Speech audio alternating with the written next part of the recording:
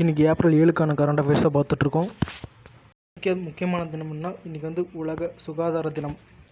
April 7.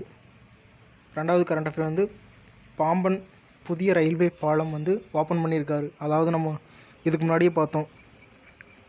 April 6 பிரதமர் மோடி ராமேஸ்வரத்தில் பாலம் ஓப்பன் பண்ண போகிறோன்னு சொல்லி பார்த்தோம். புதிய பாலம் இது எத்தனை கோடி செலவில் ஓப்பன் பண்ணியிருக்காங்கன்னா 550 கோடி ரூபாய் செலவில் திறந்து வைத்துள்ளார் பிரதமர் மோடி.